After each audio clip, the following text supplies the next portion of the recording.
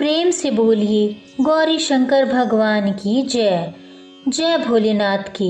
आप सभी को मौनी अमावस्या की हार्दिक शुभकामनाएं। मौनी अमावस्या अपने नाम के अनुसार मौन और साधना का व्रत है। हम हर दिन जाने अनजाने कितनी ही बात बोल जाते हैं जिससे लोगों का मन आहत होता है और अपनी कही बातों को लेकर हम बाद में अफसोस भी करते हैं। इसलिए साधना के लिए मौन परम आवश्यक माना गया है। गृहस्थ जन हमेशा मौन व्रत नहीं रख सकते हैं, इसलिए एक दिन निर्धारित किया गया है जिसमें गृहस्थ को आत्मशुद्धि के लिए मौन व्रत का संकल्प लेना चाहिए। मौनी अमावस्या पर संभव हो तो पूरे दिन मौन धारण करें और मानसिक रूप से भगवान शिव और विष्णु का ध्यान करें, अथवा स्नान करने से पहले मौन धारण करें। स्नान के बाद ही कुछ भी बोलें और दिन भर कोई भी ऐसी बात ना कहें जिससे किसी का मन आहत हो। मौनी अमावस्या की सबसे बड़ी बात है कि यह माघ कृष्ण चतुर्दशी के अगले दिन आता है।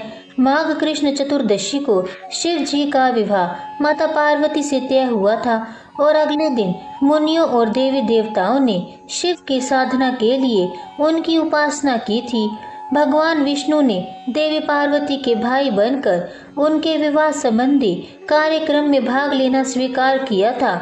और इन सब से अलग मौनी अमावस्या की कथा यह भी है कि सागर मंथन के समय जब असुर अमृत कलश लेकर भाग रहे थे, तब इसी दिन अमृत की बूंदें छलककर प्रयाग सहित कई स्थानों पर गिरी थी। इसलिए मौनी अमावस्या पर प्रयाग सहित अन्य तीर्थों में स्नान करके दान पुण्य करने से कई गुना लाभ मिलता है।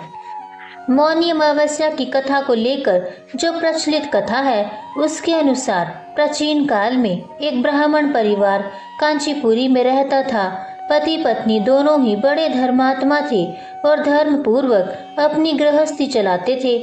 इनका नाम देवस्वामी था और इनकी पत्नी का नाम धनवती था। इनके 7 पुत्र और एकमात्र पुत्री थी जिसका नाम गुणवती था। जब गुणवती बड़ी हुई तो देवस्वामी से धनवती ने कहा कि पुत्री के विवाह के लिए अब हमें वर देखना चाहिए। तब ब्राह्मण ने अपने छोटे पुत्र को बहन गुणवती की कुंडली दी और कहा कि ज्योतिषी से इनकी कुंडली दिखवा लाओ जिससे गुणवती के विवाह की बात आगे चले। ज्योतिषी को कन्या की कुंडली दिखाई गई। उन्होंने कहा कि विवाह होते ही कन्या विधवा हो जाएगी। ज्योतिषी की यह बात जब ब्राह्मण परिवार को मालूम हुई तो वे बड़े दुखी हुए और उनका उपाय पूछा। ज्योतिषी ने कहा कि हे ब्राह्मण, सिंहल द्वीप में एक पतिव्रता महिला रहती है जिसका नाम सोमा धोबिन है। यदि कन्या की शादी से पहले सोमा आपके घर आकर पूजन करे और अपना आशीर्वाद दे तो यह दोष दूर हो जाएगा। ब्राह्मण ने अपनी पुत्री गुणवती को अपने सबसे छोटे पुत्र के साथ सिंहल द्वीप पर भेज दिया। दोनों भाई बहन सागर किनारे पहुंचकर उसे पार करने के बारे में विचार करने लगे। जब समुद्र को पार करने का कोई रास्ता नहीं मिला तो दोनों भूखे प्यासे एक पीपल वृक्ष के नीचे आराम करने लगे। पेड़ पर घोंसले में एक गिद्ध का परिवार रहता था। उस समय घोंसले में सिर्फ गिद्ध के बच्चे थे। वे सुबह से भाई बहन की बातों और क्रियाकलापों को देख रहे थे। शाम के समय जब गिद्ध की माता बच्चों के लिए भोजन लेकर घोंसले में आई तो बच्चों ने पेड़ के नीचे लेटे भाई बहन की कहानी माता को बताई।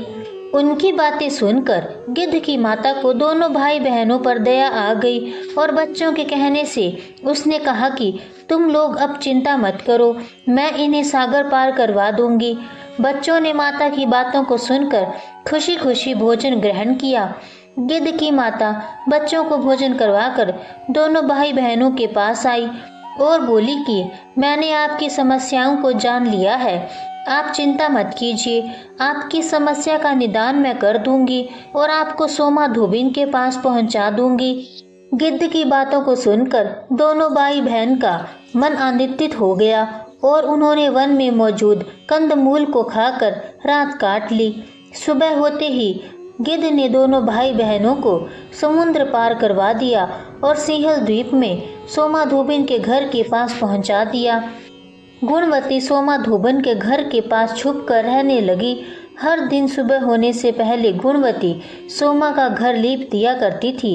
एक दिन सोमा ने अपनी बहुओं से पूछा कि प्रतिदिन सुबह हमारा घर कौन लीपता है। बहुओं ने प्रशंसा के लोभ से कहा कि हमारे अलावा यह काम और कौन करेगा। लेकिन सोमा को बहुओं की बातों पर भरोसा नहीं हुआ और वह यह जानने के लिए पूरी रात जागती रही कि कौन है जो हर दिन सूर्योदय से पहले घर लीप जाता है। सोमा ने देखा कि एक कन्या उसके आंगन में आई और आंगन लीपने लगी। सोमा गुणवती के पास आई और उससे पूछने लगी कि तुम कौन हो और क्यों हर सुबह मेरे आंगन को लीप कर चली जाती हो। तब गुणवती ने अपना सारा हाल सोमा से कह डाला। गुणवती के बातों को सुनकर सोमा ने कहा कि तुम्हारे सुहाग के लिए मैं तुम्हारे साथ चलूंगी। तब सोमा ने ब्राह्मण के घर आकर पूजन किया, लेकिन विधि का विधान कौन टाल सकता है। गुणवती का विवाह होते ही उसके पति की मृत्यु हो गई।